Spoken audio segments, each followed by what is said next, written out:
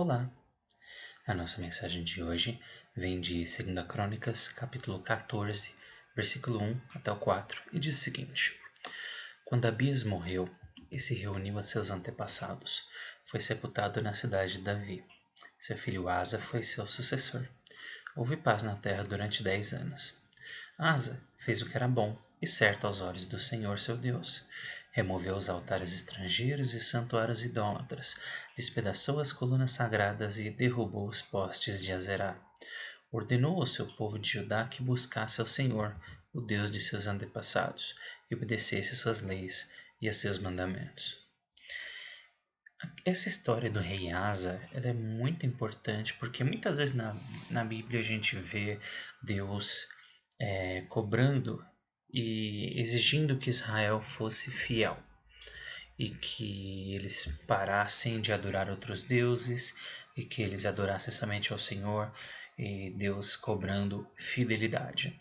E a gente vê tantas vezes isso acontecendo que a gente se esquece que houveram pessoas que fizeram isso, que pessoas que obedeceram ao Senhor, que fizeram o que Deus mandou, que fizeram o que Ele queria. Às vezes a gente tem a impressão de que o que Deus pede é impossível, quando, se a gente parar para pensar bem, o que Deus quer é fidelidade. Ele quer que a gente seja fiel a Ele, porque Ele é o único Deus, Ele é o único que merece honra e louvor. Ele é aquele que fez tudo por nós, é aquele Deus que mandou Cristo, que se entregou, que deu a sua vida por nós e que está entre nós, que o Espírito Santo habita em nós, e ele não permite, ele não aceita que a gente pegue tudo isso que ele nos fez e transfira para uma outra coisa que nem sequer existe, um pedaço de madeira qualquer, que Deus criou a madeira, aí o artesão vai lá, desenha e fala: agora você é meu Deus. E Deus não aceita isso, porque é um desaforo, é uma desonra, é uma desobediência muito grande. A idolatria, ela é uma desobediência muito grande.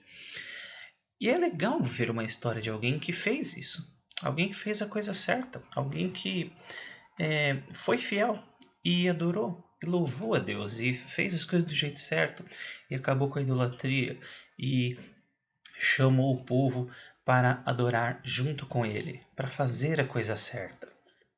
Não porque ele tinha medo e sentiu o peso, né, ou alguma coisa, alguma punição, não, mas porque ele entendeu, ele viu através, né, do seu relacionamento com Deus, através do que ele conhecia das Escrituras de Deus, que esse era o jeito certo, que era isso que deveria acontecer, que Deus tinha que ser louvado e que ele, como líder de Israel, tinha a obrigação de guiar o povo, trazer o povo junto nessa adoração, para que todos pudessem ser abençoados, não só ele.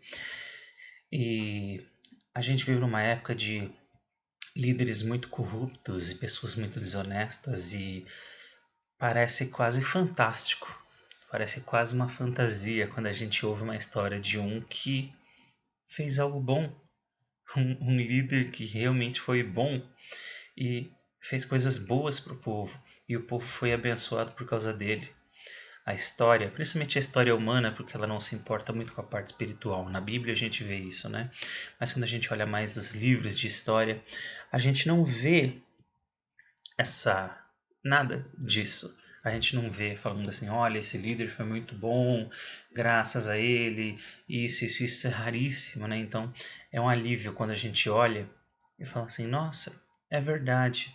O que Deus pede de nós é fidelidade.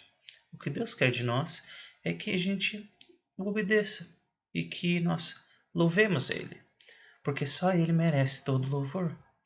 Então eu chamo você para que você possa fazer isso na sua vida. Que na sua vida você possa ser como Asa, esse homem que louvou o Senhor, glorificou Ele e, assim, na medida do possível, do jeito que ele podia, chamava todos para que fizessem o mesmo junto. Ele dava esse bom exemplo, né? Ele honrava e louvava o Senhor, dando esse bom exemplo para que todos pudessem olhar para a vida dele e entender que aquilo era o melhor. aquilo era o correto, aquilo era bom. Andar com Deus, louvar ao Senhor. E ele e Israel foram grandemente abençoados por causa disso. Que nós possamos entender isso, né? Que a nossa adoração, nosso relacionamento com Deus não seja um relacionamento de medo ou de temer a punição, como um filho medroso do pai agressivo. Porque Deus não é assim. Mas muitas pessoas querem, né, elas têm essa imagem, às vezes trazem da infância e elas querem transferir essa imagem de um pai carrasco, né, um pai maligno e ruim para Deus, quando na verdade que a Bíblia nos mostra não é nada disso. É um Deus que ama, é um Deus que perdoa e é um Deus que nos corrige porque quer que nós melhoremos. Que nós possamos então melhorar, largar a vida de idolatria, largar os erros, não deixar ninguém estar numa posição tão grande quanto Deus. Só o Senhor tem que estar em primeiro lugar na nossa vida. E que a gente possa colocar isso em prática. Porque não só nós seremos abençoados por essa obediência, mas todos aqueles ao nosso redor serão abençoados também pela presença de Deus em nossa vida. Então, bom dia, fique com Deus e fique na paz.